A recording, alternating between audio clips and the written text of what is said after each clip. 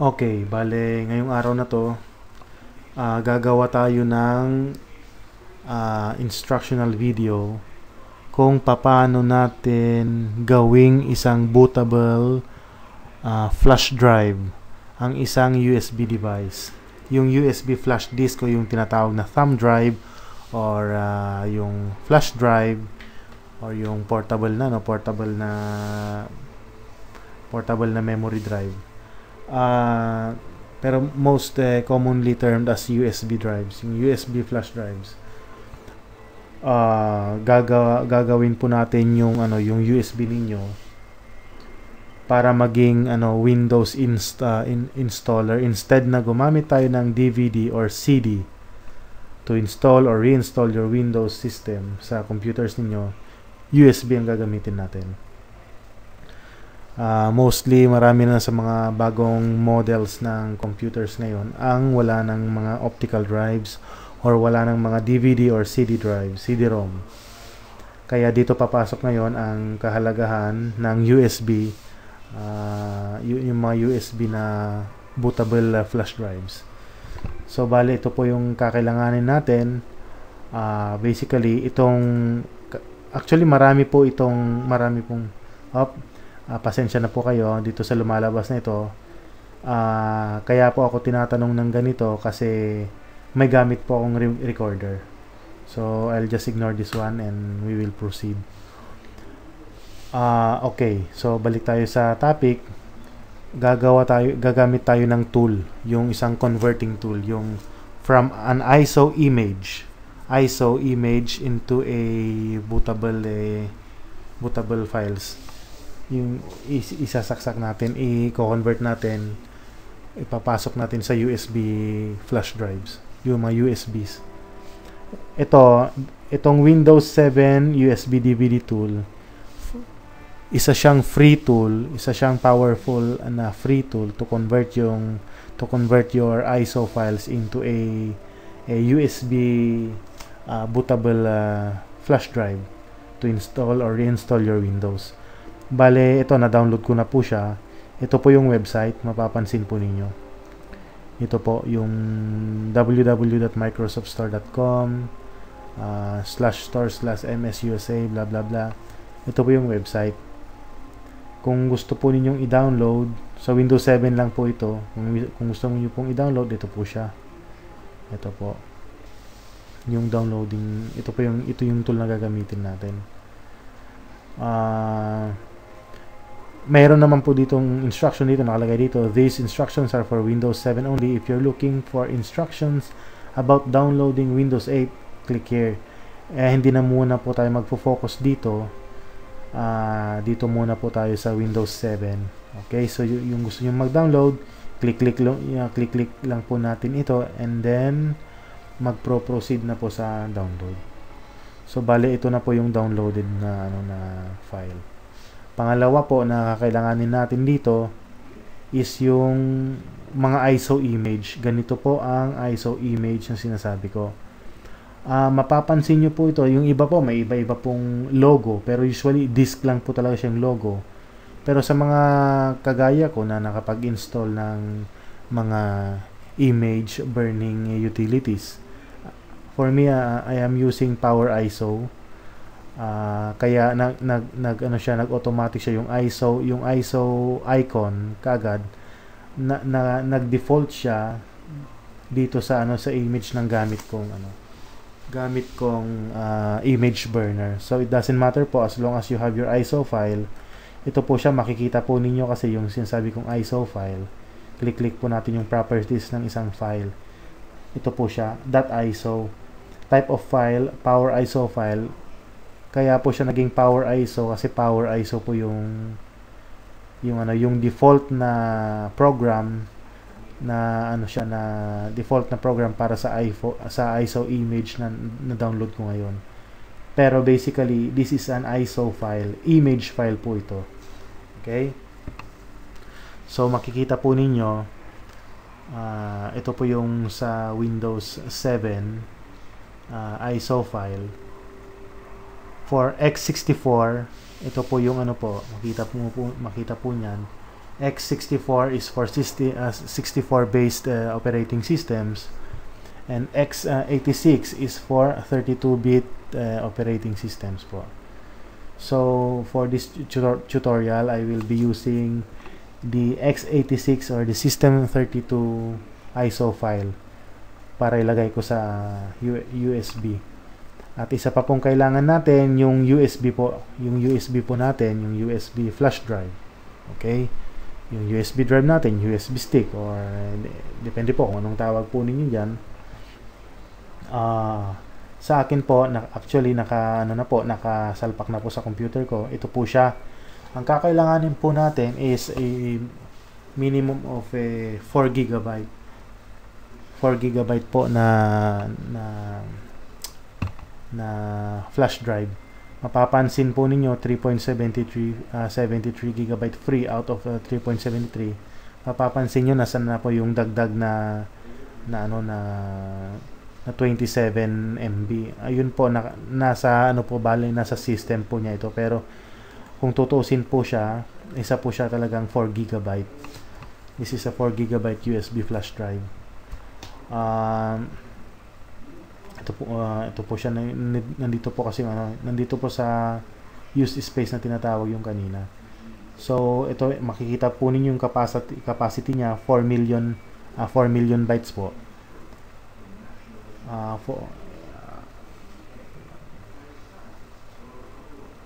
Bali 4 billion bytes po siya.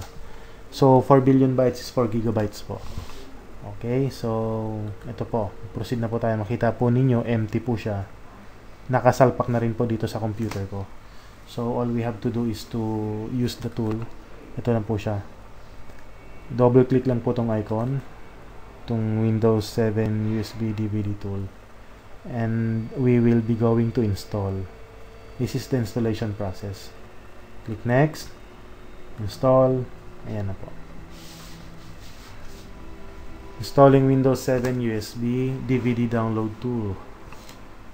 Okay.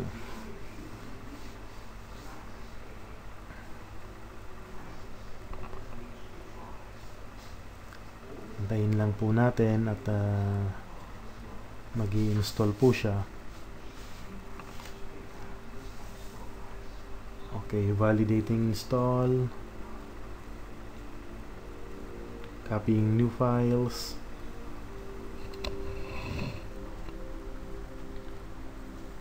Okay. Removing backup files. Okay, tapos na po ang ating installation. So, ito na po yung shortcut created after the installation. So, all we have to do is to open this one. Okay. Up. May lalabas po na USB, may lalabas po na user account control. Hindi po mag-a-appear dito sa ninyo, dito sa video. Pero may basically po may lalabas na user account control asking you if do you want to allow the following program to make changes to this computer. I-click lang po ninyo ang yes. Okay.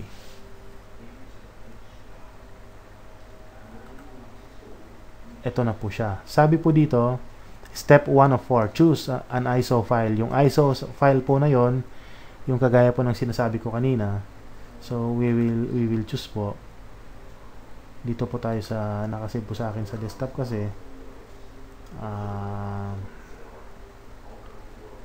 Windows 7 ito po. So we will be using the x86 system32 for this instruction. So click lang po ang open. Okay, click lang po ang open. And we hit next. Ayan. Windows 7 USB DVD tool download. Please select the media type you would like to create your Windows 7 backup. You can choose to copy to USB or burn to a DVD. So, ang gagawin po natin is USB. So, isa-select po natin ang USB device. Okay, ito po siya. Na-detect na po siya. SanDisk 3.7 GB free. Okay. Click na po natin ang begin copying. Okay. Automatically, once na na-click po natin ang begin copying button, fino-format na rin po ng software na ito, ng tool na ito, yung yung ano natin, yung USB flash drive natin from the system default of a FAT32, ginagawa po niyang, kung di po ako nagkakamali, ginagawa po niyang NTFS. Kita po ninyo, creating a bootable USB device. Ito na po yan. Sinabi pong bootable kasi, once na isinaksak mo po sa ano yan, sa dito sa computer, meron siyang boot information, meron siyang ability na mag-automatically run, including setups, lalo na po pag magkakaroon tayo ng unit restart under the category of a advanced boot options. Ganyan lang po kadali yan.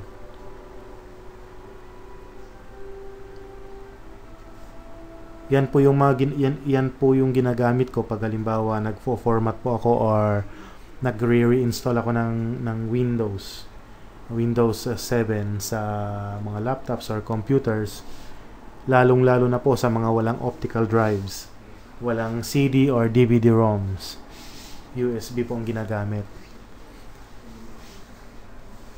Maraming magtatanong po paano magagamit ang USB sa pagre-reformat or pagre-reinstall or pag-install ng Windows operating system.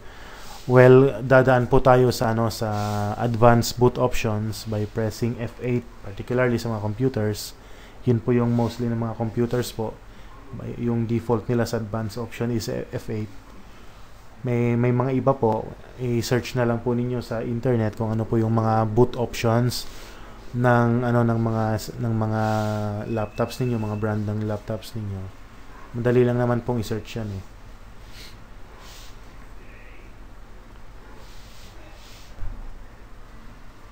Okay, nasa 35% na po tayo.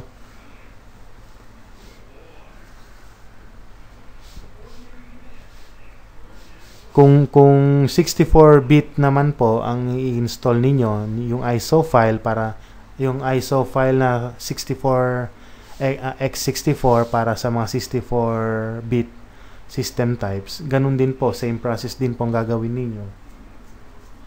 Pipiliin nyo lang po yung mga ISO files, yung mga image files na tinatawag po natin, kagaya ng pinakita ko po kanina. Maraming advantage din po tong USB na bootable drive na to. First of all, handy po siya. Pangalawa, maliit lang po siya. Napaka-portable po niya. Yun po.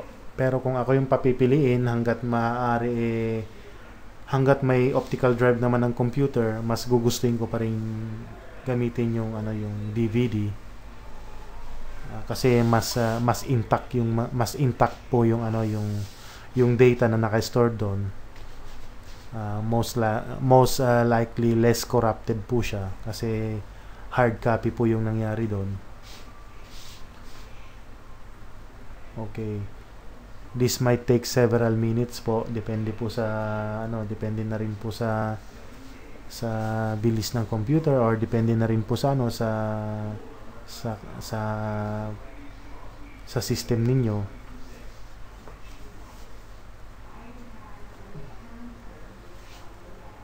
Okay. After ng creation ng bootable USB device, ipapakita ko po sa inyo yung laman mamaya ng USB bootable device. Ito po siya. Marami po kasing nagtatanong paano daw gumawa ng bootable USB device para sa mga operating systems nila. Isa po ito sa mga tool. Marami pa pong ibang tools dyan na madadownload sa internet. Marami po Actually, mayroon po akong 4 na ganun. Pero pinaka-common po at widely known itong galing sa Microsoft po. Ang kagandahan din po dito, free po siya. Hindi po siya yung mga paid downloads tsaka yung mga kailangan mong i-purchase over the internet. Hindi po.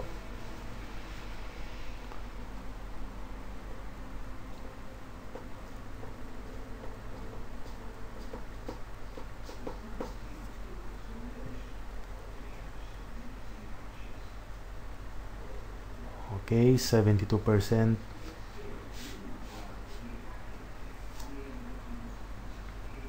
74.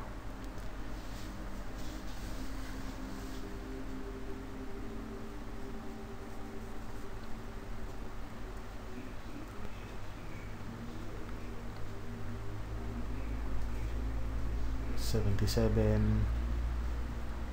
Malapit na po.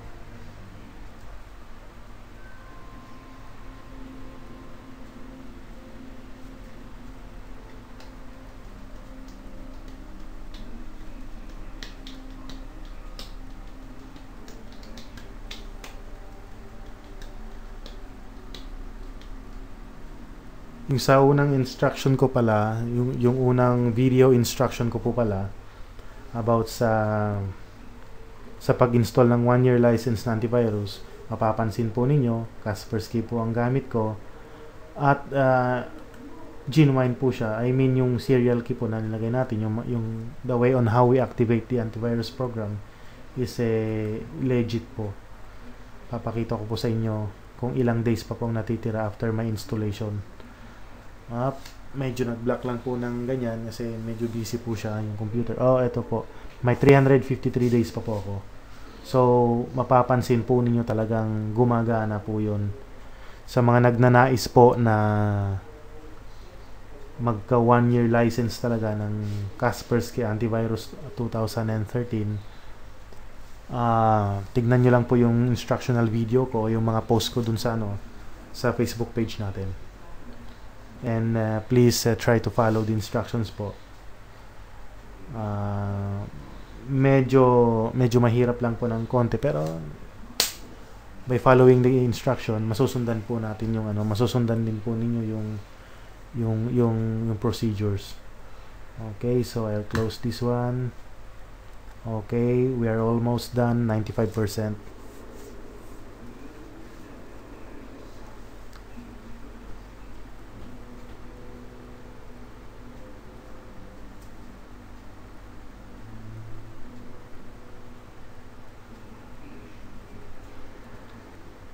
Sa mga pala, marami palang nagtatanong na na ibang kababayan natin, bakit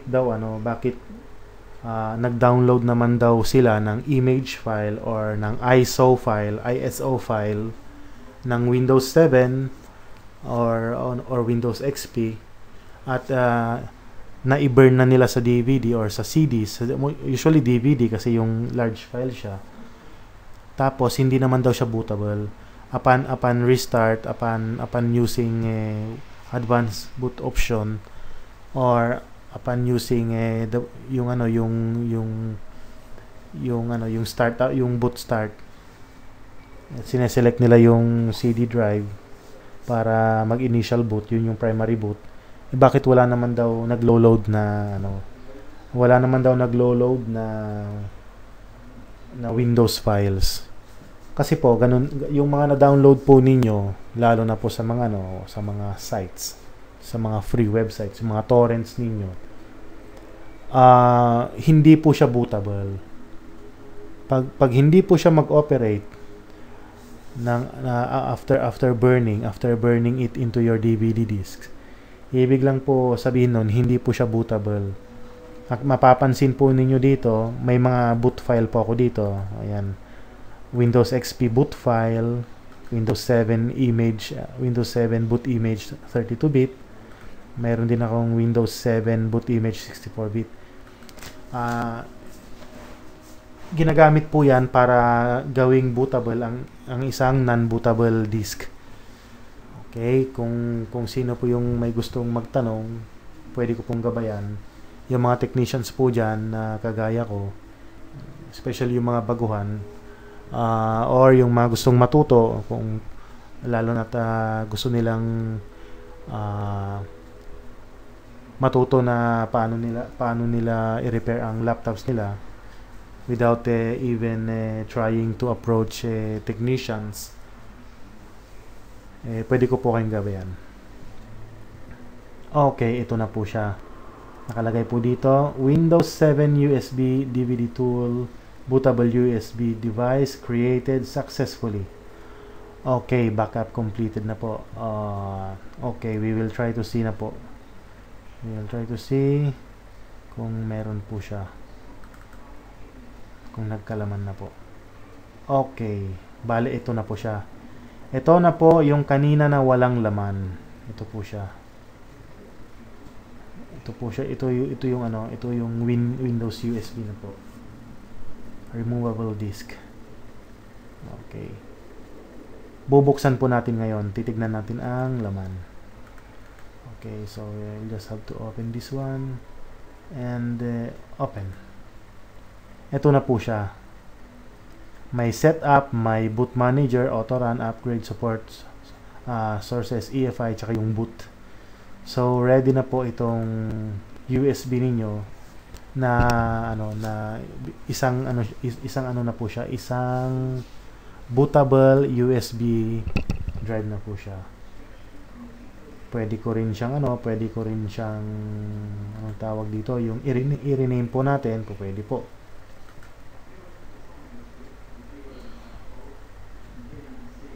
Makikita po naman natin dito, pwede po. Okay, so lalagyan ko lang ng name.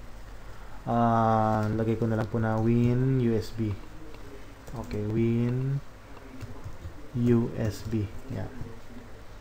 Hit apply and then okay. Yeah. So yan na po, natapos na po tayo sa pag-create ng isang USB flash drive. Status backup completed. Ayun, tapos na po siya. Kita po ninyo, ito po yung nakalagay. Hindi na po siya necessarily na i-click natin yung gagawin ng ginawa ko kanina. Once na completed, clinic ko po lang yung start all over again para i-verify ko po yung nilagay ko, 686. Yan po siya. So, pwede na po nating i-close to. No need na po. Okay, yun po. Nakagawa na po tayo ng Windows USB bootable device. So, pwede na po nating gamitin yan na pang-install ng Windows, pag-reinstall or pag-repair. So, pwede rin po nating pang-repair yan sa isang corrupted na installation. Yun lang po. So, sa mga nagtatanong po, may mga katanungan pa pala, pwedeng mag-PM po sa akin at pag may time po ako, magre-respond naman po ako. So, okay, till the next video tutorial po ulit. God bless po sa lahat.